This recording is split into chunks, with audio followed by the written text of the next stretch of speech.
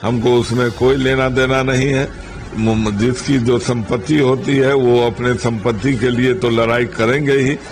पचाडी महंत के द्वारा दिया गया जो वहाँ के लोग बसे हुए हैं, निश्चित रूप से वो लोग कहीं कोई विरोध नहीं करते। मात्र एकाध परिवार जो अवैध रूप से उनकी संपत्ति को हड़पे हुए हैं, उनका मौनी बाबा विरोध करते हैं और वो मौनी बाबा से केस लड़ रहे हैं, वो मौनी बाबा का विरोध करते हैं। बात यही, निश्चित रूप से यह जो घटना घटी, हम लोग सब मर्माहत हैं। वहाँ के प्रचार के द्वारा, वहाँ के वार्डन के द्वारा साजिश के तहत उस लड़के की हत्या की गई है, जिसकी मैंने सीबीआई जांच भी की है, धरना प्रदर्शन भी किया है। निश्चित रूप से जब तक उसको न्याय नहीं मिल जाता है, यह आंदोलन चलेगा।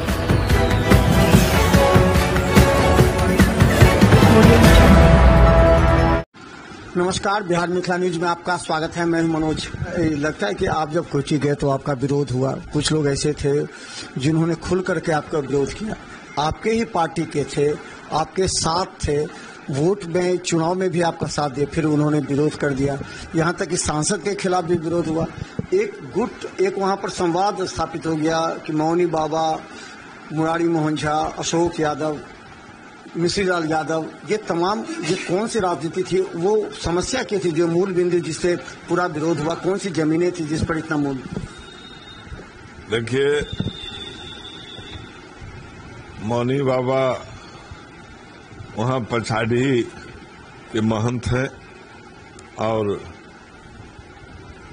जब से वो महंत हुए हैं, उस पछाड़ी बाबा पछाड़ी महंत का जो जमीन है, वहाँ के कुछ स्थानीय नेता उस जमीन को हड़प के बैठे हुए हैं और उन्हीं का ये गंदा राजनीति और गंदा सोच के कारण आज जो वहाँ परिस्थिति बना हुआ है, खास करके पचाडी के अंदर, यह बहुत दुर्भाग्यपूर्ण है। और किसी जनप्रतिनिधि को इस प्रकार से करना, अपने छवि पर, अपने चरित्र पर दाग लगाना, यह दर्शाता है कि वो जनप्रतिनिधि होने लायक नहीं है। फिर भी लोगों ने उन पर विश्वास किया और उसका पार्टी ने हमारी उनको टिकट भी दी और जिसका नतीजा आप सबों ने देखा होगा कि वो पार्टी के साथ भी क्या किए। पार्टी के साथ वो चुनाव का जब एनडीए की पुनः सरकार शपथ ली थी, उसके बाद जब बहुमत साबित करना था विधानसभा में, तो उनका रोल क्या रहा वो पूरे बिहार नहीं पूरा देश देखा है। जिस पर ईओआई का अभी जो है सो जांच भी चल रहा है, जांच भी बैठा है और निश्चित रूप से वहाँ उन दोनों की लड़ाई है, उससे हमको कोई लेना देना नहीं। आप ये कहना चाहते मौनी बाबा और मिश्री लाल यादव की जमीन की लड़ाई है, आपको उससे कोई मतलब नहीं है, लेकिन आपको इन्वॉल्व किया जाता है, आपको नाम का इस्तेमाल किया जाता है। निश्चित रूप से हमें अननेसेसरी वहाँ इन्वॉल्व किया जाता है, हमको उसमें कोई लेना देना नहीं है। जिसकी जो संपत्ति होती है वो अपने संपत्ति के लिए तो लड़ाई करेंगे ही, और जो लोग अवैध रूप से, खास करके एकाध परिवार, अगर पचाडी महंत के द्वारा दिया गया जो वहाँ के लोग बसे हुए हैं, निश्चित रूप से वो लोग कहीं कोई विरोध नहीं करते। मात्र एकाध परिवार जो अवैध रूप से उनकी संपत्ति को हड़पे हुए हैं, उनका मौनी बाबा विरोध करते हैं और वो मौनी बाबा से केस लड़ रहे हैं, वो मौनी बाबा का विरोध करते हैं। बात यही है।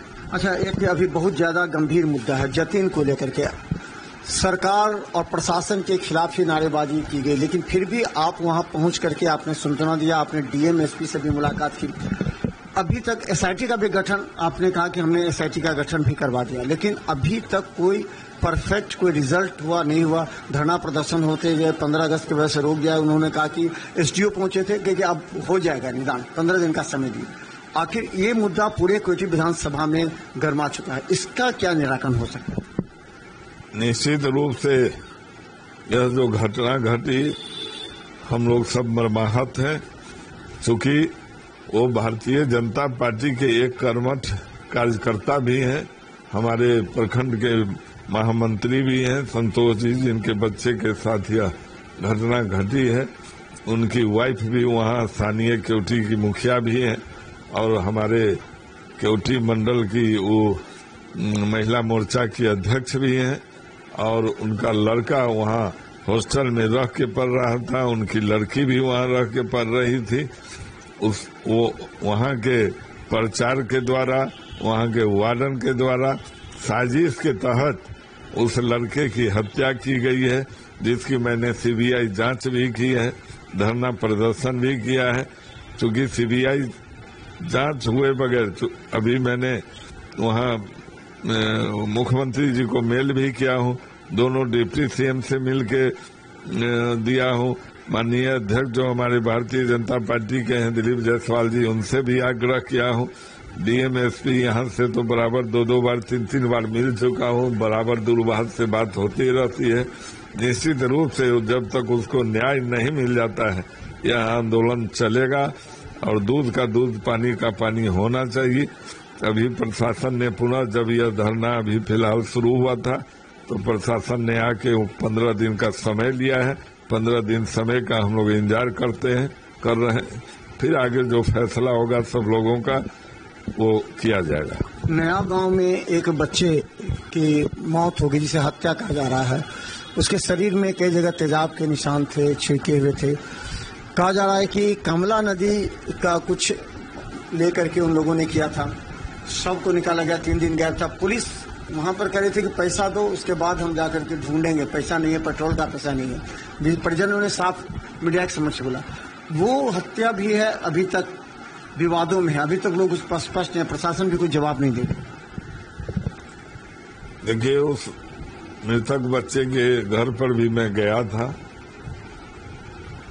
यह भी काफी जो है सो मर्माहत करने वाली घटना थी, क्योंकि वो 13 साल का बच्चा था। साइकिल से कहीं दवा लाने के लिए दादा के लिए वो गया था और 3-4 दिन के बाद उसका लाश जो है सो वहाँ मिला। यह पुलिस की जांच की विषय है कि उतने छोटे बच्चे को किसने मारा और क्यों मार के वहाँ फेंक दिया, यह जांच की विषय है। पुलिस जांच कर रही है और पुलिस ने पैसा मांगा ऐसा मुझे कोई सूचना नहीं है, न किसी ने मुझे बताया कि पुलिस बोल रही है कि पैसा दो तब मैं इसका जांच करूंगा। ऐसी कोई सूचना मेरे पास नहीं आई है। पर कुछ अपडेट आपके पास आया? जांच कर रही है पुलिस, जांच कर रही है। मैंने भी बोला है, एसपी को भी बोला है, कलेक्टर को भी बोला है, वहाँ के स्थानीय थानेदार को भी मैंने कहा है कि इस सच्चाई का पता करने, जो फुटेज वगैरह सीसीटीवी फुटेज वगैरह है उसको खंगाला जाए। और ये बच्चा अगर दवा लाने गया, वहाँ से एक बैग गायब हो गया तो गायब करने वाले कौन थे, हत्या करने वाले कौन थे, आखिर क्यों उतने छोटे बच्चे की हत्या की गई, यह निश्चित रूप से वहाँ का समाज जानना चाहता है, मैं भी जानना चाहता हूँ।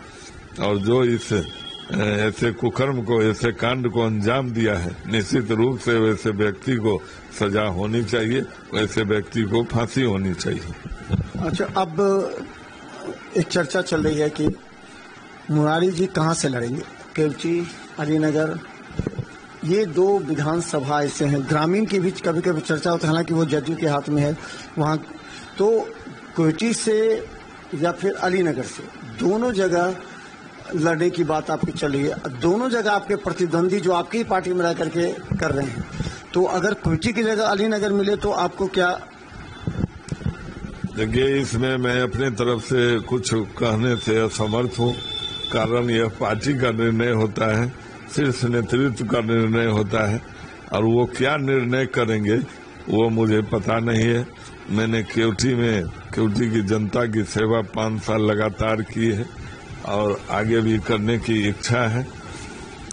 वैसे पार्टी का जो निर्णय होगा वो सम्मान्य है, मगर प्राथमिकता केवटी है। निश्चित रूप से प्राथमिकता केवटी है। अच्छा, अंतिम सवाल, क्या लगता है कि कौन कौन से काम आचार संहिता से पहले कौन कौन से काम आपके मस्तिष्क में थे, योजनाएं थी जो हम कर सकते थे, लेकिन कैसे कर पाएगा, क्या क्या बात?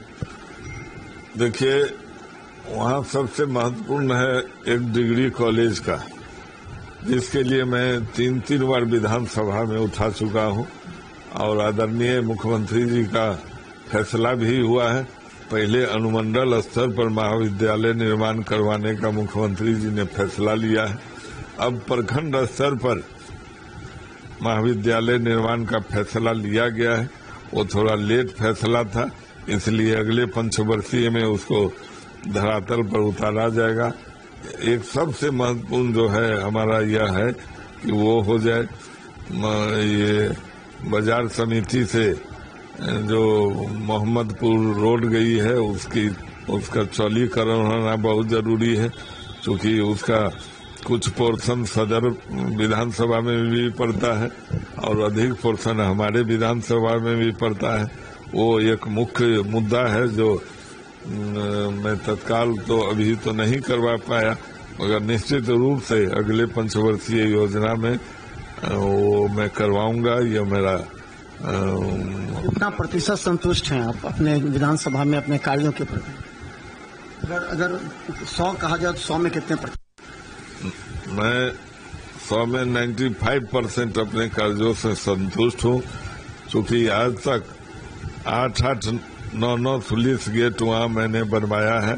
फ्लड वाटर सिंचाई विभाग के द्वारा कई एक मान ऐसे थे जिस पर आज तक मट्टी भी